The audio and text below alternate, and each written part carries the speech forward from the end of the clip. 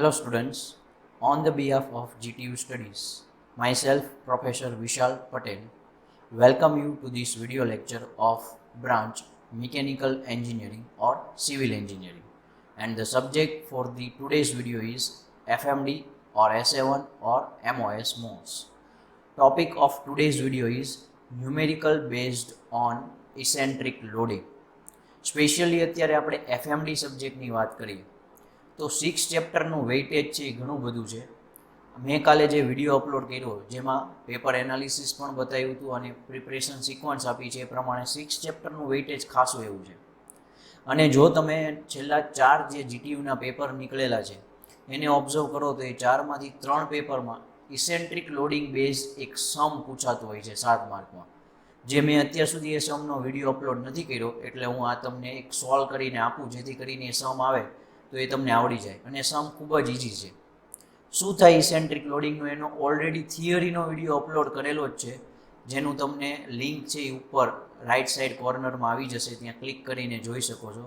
છતાં થોડુંક છે એ હું તમને ઇન્ટ્રોડ્યુસ કરી દઉં. જ્યારે કોઈ પણ એક વર્ટિકલ મેમ્બર ટાઈપ આવું કોઈ સ્ટ્રક્ચર હોય જેની એક્સિસ છે આ રીતે સેન્ટરમાંથી પાસ થતી છે, એ સેન્ટર એક્સિસ ઉપર નહીં પણ એનાથી થોડુંક દૂર ક્યાંક લોડ લાગતો હોય તો એના કારણે આવા કોઈ સ્ટ્રક્ચર ઉપર ડાયરેક્ટ કમ્પ્રેસિવ સ્ટ્રેસ પણ પ્રોડ્યુસ થાય અને સાથે સાથે બેન્ડિંગ મોમેન્ટના કારણે બેન્ડિંગ સ્ટ્રેસ પણ પ્રોડ્યુસ થશે. એટલે કે બે ઇફેક્ટ પ્રોડ્યુસ થશે, ડાયરેક્ટ સ્ટ્રેસની પણ અને બેન્ડિંગ સ્ટ્રેસની પણ. એટલે આવા કોઈ સ્ટ્રક્ચરની ડિઝાઇન કરવી હોય તો એ બે સ્ટ્રેસ ઉપરથી કરવી પડતી હોય છે. એટલે આવી રીતે કોઈ સ્ટ્રક્ચર ઉપર લોડ લાગે તો એના ઉપર ઇસેન્ટ્રિક લોડ લાગે છે એવું આપણે કહી શકીએ. એક્ઝેક્ટલી કઈ રીતે કેલ્ક્યુલેશન કરીએ તો કે આ રીતે સપોઝ મેં બતાવ્યું એ રીતે ફરીવાર બતાવી દઉં. લોડ લાગે છે તો આ જે લોડ પી લાગે છે એ એક્સિસ ઉપર ડાયરેક્ટ કમ્પ્રેસિવ ફોર્સ સ્ટ્રેસે પ્રોડ્યુસ કરી શકે અને આ ફોર્સ જે સેન્ટરથી જે ડિસ્ટન્સે છે, સપોઝ એ ડિસ્ટન્સ ઈ કરીને છે તો લોડ ઇન્ટુ ડિસ્ટન્સ આપણને ખબર છે મોમેન્ટ થાય તો એ આ સેન્ટર ઉપર બેન્ડિંગ મોમેન્ટ પણ ક્રિએટ કરશે પી ઇન્ટુ ઈ જેટલી. અને બેન્ડિંગ મોમેન્ટના કારણે જે સ્ટ્રેસ પ્રોડ્યુસ થાય એને આપણે બેન્ડિંગ સ્ટ્રેસ કહીએ છીએ. એટલે ડાયરેક્ટ લોડના કારણે ડાયરેક્ટ સ્ટ્રેસ જે ફોર્સ અપોન એરિયા કરીને મેળવી શકીએ અને બેન્ડિંગ મોમેન્ટના કારણે જે થાય એ બેન્ડિંગ સ્ટ્રેસ. એટલે ટૂંકમાં આપણે બે સ્ટ્રેસના કારણે જે ઇફેક્ટ પ્રોડ્યુસ થાય એને આપણે ઇસેન્ટ્રિક લોડિંગ ઉપરનો સમ છે એ કહી શકીએ. તો આ રીતે બે ટૂંકમાં સ્ટ્રેસ પ્રોડ્યુસ થશે. Direct stress force by area કરીને મેળવવાનું અને બેન્ડિંગ સ્ટ્રેસ તમારે મેળવવાનું My/I જે ફ્લેક્શનલ સ્ટ્રેસના ઇક્વેશન ઉપરથી લાવેલું છે ને એ બધાને તમને અત્યારે આવડતું હોવું જોઈએ. એટલે મેક્સિમમ સ્ટ્રેસ જો તમારે ટોટલ ડાયરેક્ટ અને બેન્ડિંગ બંને ભેગા થઈને ટોટલ મેક્સિમમ સ્ટ્રેસ કેટલો ભેગો થશે તો એ ડાયરેક્ટ પ્લસ બેન્ડિંગ સ્ટ્રેસનું સમ કરવાનું અને મિનિમમ કરવો હોય તો ડાયરેક્ટ માઇનસ બેન્ડિંગ સ્ટ્રેસ કરવાનું. પણ આપણે મેક્સિમમ ટોટલ સ્ટ્રેસ જ ફાઇન્ડ કરવાનો હોય છે દર વખતે. એટલે આપણે direct stress plus bending stress કરશું. તો આપણે હવે ન્યુમેરિકલમાં જઈએ. આ મે 18ની અંદર અને હમણાં તમે જોવા જાઓ કે એફએમડી જે સબ્જેક્ટ રિલીઝ થયો એ પછી 4 મેં કીધા એ પેપરમાં એક પેપરમાં સમ પૂછાયેલો છે. શું છે એનો ક્વેશ્ચન એ જોઈ લઈએ. A wall bracket with a rectangular cross section is shown in figure. તમને ઇસેન્ટ્રિક લોડિંગનો જ્યારે પણ સમ આપશે ત્યારે આવી કોઈક એક ફિગર આપી જશે. આ ફિગર ઉપરથી જ તમને આઈડિયા આવશે કે આ ઇસેન્ટ્રિક લોડિંગનો જ સમ છે. કેમ? કારણ કે અહીંયા જો આ જગ્યાએથી ફિક્સ કરેલો છે અને ફોર્સ ક્યાં લાગે છે? અહીંયા સેન્ટરમાં. એટલે આ પોઈન્ટથી જ્યાં ફિક્સ કરેલો છે એ વચ્ચે વર્ટિકલી અને હોરિઝોન્ટલી બે રીતે ડિસ્ટન્સ બને છે. એટલે લોડ તો લાગે છે એટલે ડાયરેક્ટ સ્ટ્રેસ તો પ્રોડ્યુસ થાય જ તે અને લોડથી જ્યાં ફિક્સ કરેલો છે તે વચ્ચે ડિસ્ટન્સ પણ ક્રિએટ થાય છે એટલે બેન્ડિંગ સ્ટ્રેસ પણ પ્રોડ્યુસ થાય. એટલે ફિગર ઉપરથી આઈડિયા આવી જાય કે it is the numerical of eccentric loading. કયા ડેટા આપેલા છે એ જોઈએ તો depth of the cross section is twice of the width. એટલે કે જે ડેપ્થ જે છે, ડેપ્થ એટલે આવડી વર્ટિકલી ડિસ્ટન્સ જે બને છે એ વિડ્થથી ટ્વાઇસ છે. એટલે કે વિડ્થ કરતાં 2 ટાઈમ્સ છે. એટલે તમને જો અહીંયા ક્રોસ સેક્શન ડ્રો કરેલો આપ્યો છે એની જે ડેપ્થ છે ઊંચાઈ અને જે એની વિડ્થ છે, વિડ્થને સપોઝ ટી કહી દઈએ અને હાઇટ જે છે ડેપ્થ એ ડી કહી દઈએ તો એ ડી છે 2t જેટલી થશે. જે મેં અહીંયા લખી દીધું છે, you can observe it.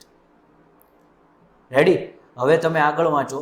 The force P acting on the bracket at 60 degree to the vertical is 5 kilonewton.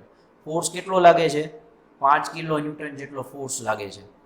એટલે P ની વેલ્યુ આપી દીધી છે અને એક એંગલ આપ્યો છે જે ખરેખર કન્સિડર કરવો જોશે, કારણ કે એનો આપણે હોરિઝોન્ટલ અને વર્ટિકલ કમ્પોનન્ટ બનાવવાના છે.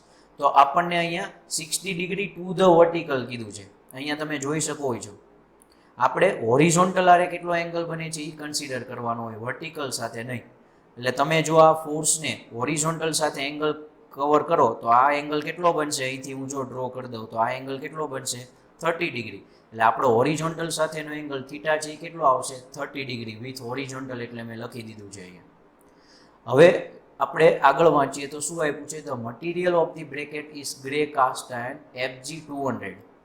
આ મટીરિયલ અને એની સ્ટ્રેન્થ લખવા માટેનું ડેઝિગ્નેશન છે. Fg એટલે ગ્રે કાસ્ટ આયર્ન દર્શાવે છે અને 200 એની અલ્ટિમેટ ટેન્સાઇલ સ્ટ્રેન્થ બતાવે છે. એટલે SUT તમને આપેલું છે 200 ન્યૂટન પર mm².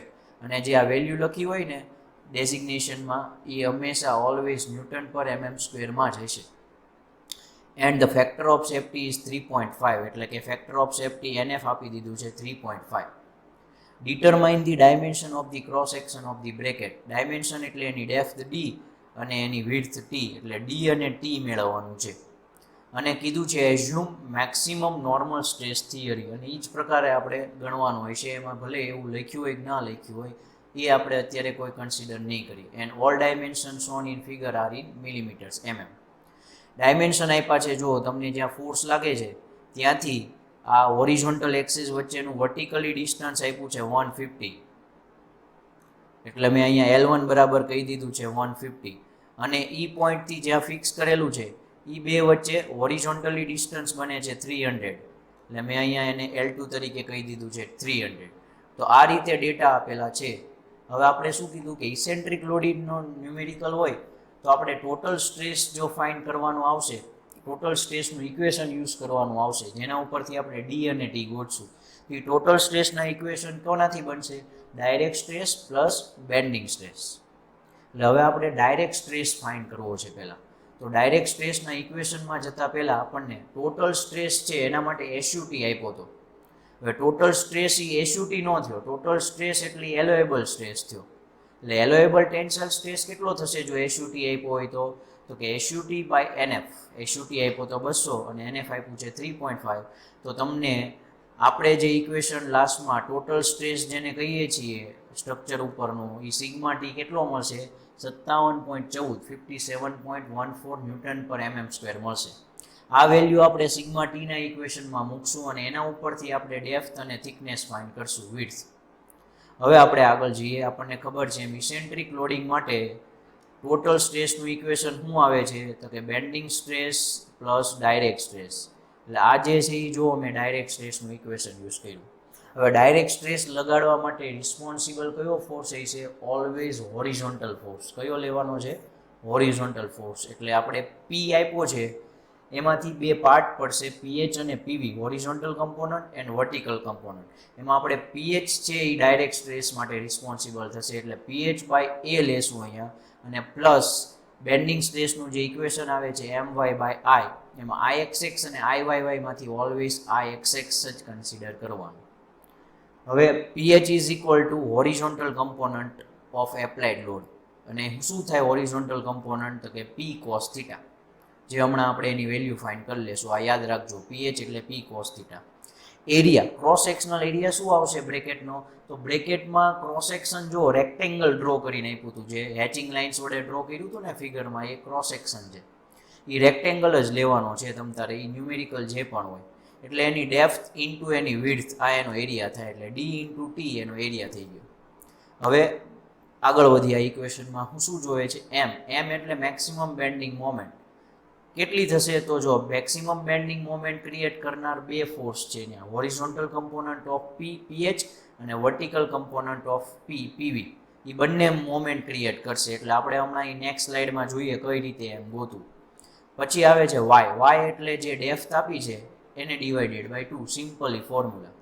અને Ixx એટલે જે રેક્ટેંગલ આપ્યો છે ક્રોસ સેક્શન, એનો તમારે આઈ મોમેન્ટ ઓફ ઇનર્શિયા ફાઇન્ડ કરવાની છે. અને રેક્ટેંગલની મોમેન્ટ ઓફ ઇનર્શિયા શું આવે? 1/12 BD ક્યુબ. તો અહીંયા બીની જગ્યાએ આપણે ટી કહીએ છીએ, એટલે 1/12 ટી ઇન્ટુ ડી ક્યુબ. તો આ છે એટલા ડેટાનો યુઝ કરશું. આમાં જે અનનોન છે આપણી માટે ડી અને ટી, આમનામ રાખીને જ બધી વેલ્યુ કેલ્ક્યુલેટ કરીને પછી આ ઇક્વેશનમાં મૂકશું, એટલે ઓટોમેટિક એ સોલ્વ થતું જશે. તો હવે આપણે નેક્સ્ટ સ્લાઇડ લઈએ. મેં કીધું હતું એમ કે પહેલાં આપણે એમ ટોટલ બેન્ડિંગ મોમેન્ટ કેટલી પ્રોડ્યુસ થાય છે એ ફાઇન્ડ કરી લઈએ. હવે બેન્ડિંગ મોમેન્ટ એટલે તમને ખબર જ છે, ફોર્સ ઇન્ટુ પરપેન્ડિક્યુલર ડિસ્ટન્સ. તો પહેલાં આપણે હોરિઝોન્ટલ કમ્પોનન્ટના કારણે જે બેન્ડિંગ મોમેન્ટ ક્રિએટ થાય છે એ ફાઇન્ડ કરવી છે. તો પહેલાં આપણે હોરિઝોન્ટલ કમ્પોનન્ટ કેટલો થશે? પીએચ, તો કે પી કોસ થીટા. પી આપ્યો છે 5 કિલો ન્યૂટન, એટલે 5000 ન્યૂટન. એટલે 5000 ઇન્ટુ કોસ 30, એંગલ હોરિઝોન્ટલ સાથે આપણે કેટલો લીધો તો 30 ડિગ્રી. એટલે તો પીએચની વેલ્યુ મળી ગઈ 4330.13 ન્યૂટન. અને વર્ટિકલ કમ્પોનન્ટ કેટલો આવશે? તો કે પી સાઇન થીટા જેટલો, એટલે કે 5000 ઇન્ટુ સાઇન 30, એટલે કે 2500 ન્યૂટન. એટલે પીએચપીવી મળી ગયું. પીએચનો યુઝ કરીને હવે હું એમએચ ફાઇન્ડ કરું, એટલે કે હોરિઝોન્ટલ ફોર્સના કારણે પ્રોડ્યુસ થતી બેન્ડિંગ મોમેન્ટ, એટલે કે pH into perpendicular distance. PH એટલે હોરિઝોન્ટલ ફોર્સ, તો એનું પરપેન્ડિક્યુલર ડિસ્ટન્સ કયું લેવાનું? વર્ટિકલી. વર્ટિકલ ડિસ્ટન્સ મેં હમણાં તમને ફિગરમાં બતાવ્યું 150 છે, અને પીએચની વેલ્યુ મૂકો એટલે પીએચ ઇન્ટુ 150, એટલે તમને એમએચની વેલ્યુ મળી 64.95 ઇન્ટુ 10⁴ ન્યૂટન ઇન્ટુ મિલીમીટર. હવે આપણે પીવીના કારણે જે પ્રોડ્યુસ થશે બેન્ડિંગ મોમેન્ટ એમવી ફાઇન્ડ કરીએ. તો PV into perpendicular distance. PV એટલે વર્ટિકલ કમ્પોનન્ટ, તો એના માટે લેવાનું ડિસ્ટન્સ પરપેન્ડિક્યુલર કયું? હોરિઝોન્ટલ. એટલે કે મેં ફિગરમાં બતાવ્યું હતું એમ L2 300 આપ્યું હતું એટલે 2500 ગુણ્યા 300, એટલે કે 75 ઇન્ટુ 10⁴ ન્યૂટન ઇન્ટુ મિલીમીટર મળી ગઈ. આ બંને પ્લસ આવે છે, એનું કારણ છે કે બંને ક્લોકવાઇઝ પ્રોડ્યુસ થાય છે. એટલે એમએચ ક્લોકવાઇઝ પ્રોડ્યુસ થઈ, એમવી ક્લોકવાઇઝ પ્રોડ્યુસ થઈ, અને બંને ક્લોકવાઇઝ પ્રોડ્યુસ થઈ એટલે સેમ ડાયરેક્શનમાં છે. એટલે ટોટલ બેન્ડિંગ મોમેન્ટ કેટલી મળશે? તો બેયના સમેશન છે. જો બેયની ઓપોઝિટ ડાયરેક્શન હોત તો એકમાંથી બીજું માઇનસ કરત, પણ બેયની સેમ ડાયરેક્શન છે એટલે હું સીધો બેયનો સમ કરું. તો એમએચ એમવીની વેલ્યુ મૂકો, સમ કરો એટલે ટોટલ એમ છે એ તમને મળી જશે 139.95 into 10⁴ newton into millimetre clockwise direction. Okay, એમ મળી ગયો. ઇક્વેશનમાં મૂકવા માટે એટલો ડેટા આવી ગયો. વાય એક્સ જે મેં ઇક્વેશન યુઝ કર્યું હતું 1/12 ટી ઇન્ટુ ડી ક્યુબ. એમાં ડીની જગ્યાએ શું મૂકવાનું છે? 2t, કારણ કે આ આપેલું છે ક્વેશ્ચનની અંદર. D is equal two 2t મૂકી દઉં તો 2 નો ક્યુબ 8 ડિવાઇડેડ બાય 12, એટલે થશે 0.667, અને ટી ઇન્ટુ ટી ક્યુબ એટલે એ થઈ જશે t⁴. આ એક્સ આવા ફોર્મમાં રાખશું આપણે. હવે જે પહેલું ઇક્વેશન યુઝ કર્યું હતું એ ફરી વાર લખી દઉં. Sigma T is equal to PH by A plus M Y by I X. Value મૂકી દઉં પીએચની, ડિવાઇડેડ બાય એ હું લીધો તો આપણે ટી ઇન્ટુ ડી. એમ વાયની વેલ્યુ મૂકી દઉં, એમની વેલ્યુ મૂકી દઉં, સોરી વાયની વેલ્યુ આવશે d/2, અને નીચે આઈની વેલ્યુ મૂકી દઉં. અગેન આની અંદર ડીની જગ્યાએ 2t મૂકવું એટલે 2t/2 એટલે કે t વધશે. એટલે અહીંયા મેં ટી મૂકી દીધો d/2ની જગ્યાએ, અને અહીંયા ડીની જગ્યાએ 2t મૂકવો એટલે એ 2t² થઈ જશે, એટલે અહીંયા 2t² થઈ ગયો. અહીંયા ટી અને t⁴ માંથી એક ટી કેન્સલ થઈ જાય એટલે છેદમાં t³ વધશે. આ બેનો જવાબ લાવો 130.9.95 ડિવાઇડેડ બાય 0.667, એટલે આવડો આન્સર આવી જશે. અને સેમ અહીંયા 4330 ડિવાઇડેડ બાય 2 કરો એટલે આવી જશે. હવે આનો લસા લઈ લઈએ આપણે એલસીએમ. છેદમાં જુઓ ડિનોમિનેટરમાં તો t² છે, એક સાઈડ t³ છે, એટલે આપણે બેનો એલસીએમ t³ લઈએ તો પહેલી ટર્મ્સમાં t² જ હતો, t³ નહોતો, એટલે એક t મલ્ટીપ્લાય કરશું એટલે 2165.060 આવી ગયું. અને પ્લસ અહીંયા t³ હતો જ તે, એટલે આમ નામ રહ્યું, અને જે ડિનોમિનેટરમાં કોમન t³ મળ્યો એ આપણને લેફ્ટ સાઈડ આવ્યો. હવે લેફ્ટ સાઈડમાં t³ સાથે જે 57.14 છે, જે સિગ્મા ટીની વેલ્યુ મળી હતી, એ હવે આ રાઈટ સાઈડ બેયના છેદમાં મૂકીને અહીંયા ડિનોમિનેટરમાં ડિવાઈડ કરી દઈએ એટલે તમને ફાઇનલી વધશે t³ is equal two this equation. હવે જો t³ નું એક ઇક્વેશન મળ્યું. હવે તમને ઇક્વેશન સોલ્વ થતું કેલ્ક્યુલેટર લઈ જવાની છુટ્ટી હોય, પરમિશન, તો 991 MS-ની અંદર બેઠું ઇક્વેશન સોલ્વ કરી શકશો. પણ એ ઘણીવાર એલાવ નથી હોતું ને જીટીયુએ ના પાડી છે. જો તમે એ યુઝ ન કરવાના હો તો એની એક સિમ્પલ ટ્રીક છે. જો તમે ટ્રાયલ એન્ડ એરર મેથડથી કરશો તો એ સોલ્વ નહીં થાય, એટલે કે વિધાઉટ કેલ્ક્યુલેટર કરવી પડે ટ્રાયલ એન્ડ એરર મેથડ.